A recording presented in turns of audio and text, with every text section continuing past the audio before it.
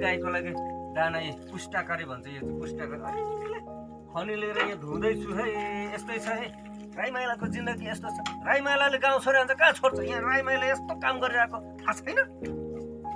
यो पुष्टाकारी चाहिँ किन धुएको भने नि, यो पुष्टाकारी चाहिँ यो गाईलाई यो दाना बनाएको। यो पुष्टाकारीको दाना यो गाईलाई चाहिँ दियो पछि चाहिँ अब दुध पनि राम्रो दिन्छ।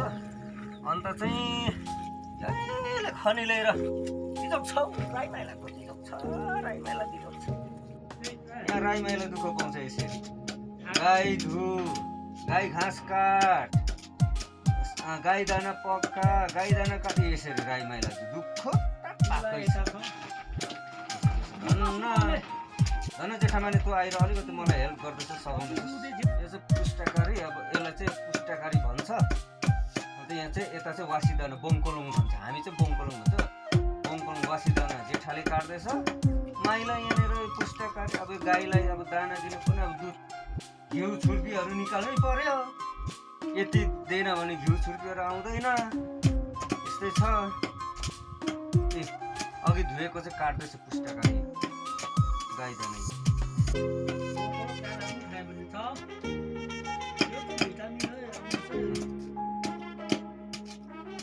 आज अहिले तँ दिउँसो कता जाने चाहिँ?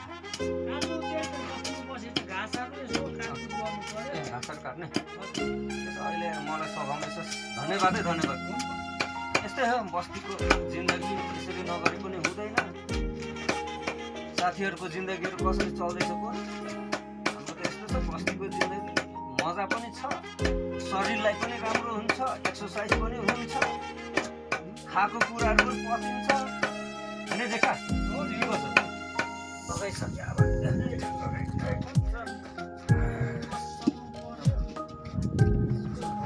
यसलाई फेरि पकाउनु पऱ्यो नि, थन्काउनु पऱ्यो।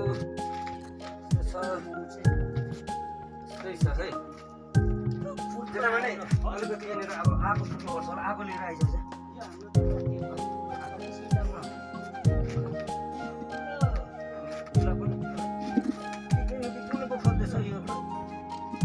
यस्तो हुन्छ एक्लै भयो चाहिँ आइज त आगो लिएर आइज। ए हुन्छ आगो बनाउनु पर्यो, आगो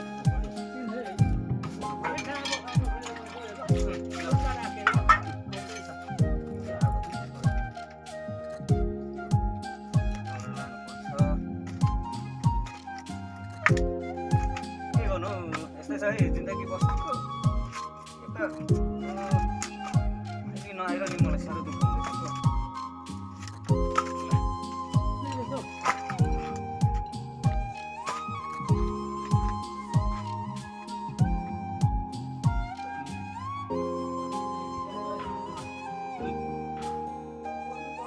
कोइला मात्र कोइला बाँच्नु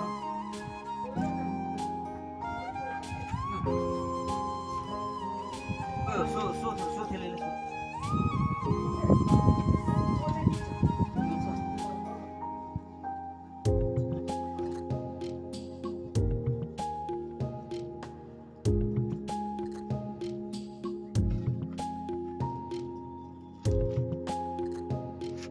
आगो बाल्नु साह्रो पर्यो, आगो बाल्नु साह्रो पर्यो।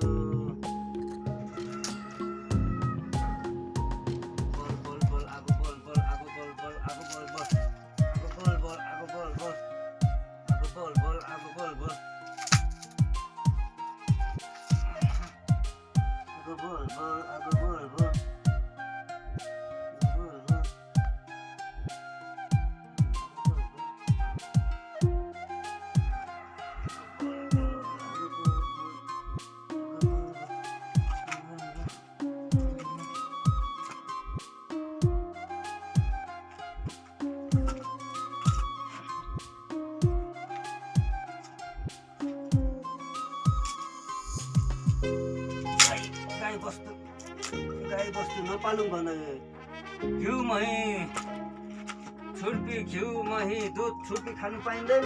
के गर्नु पाल्दाखेरि यसरी दुःख पो पाइँदो रहेछ हौ।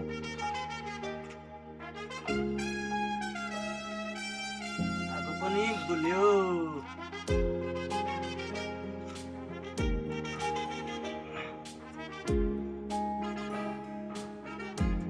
दुध दही घिउ छुर्पी खाउँ भन्दाखेरि चाहिँ साथी हो यसरी दुःख पाउँदो रहेछ है। दुःख बिना सुख पाइँदैन। अर्काकोमा किनेर खाउँ भन्दा अहिले दाम कहाँ पुग्यो अन्त आफै पाल्ने हुँदाखेरि दुःख पाएँ।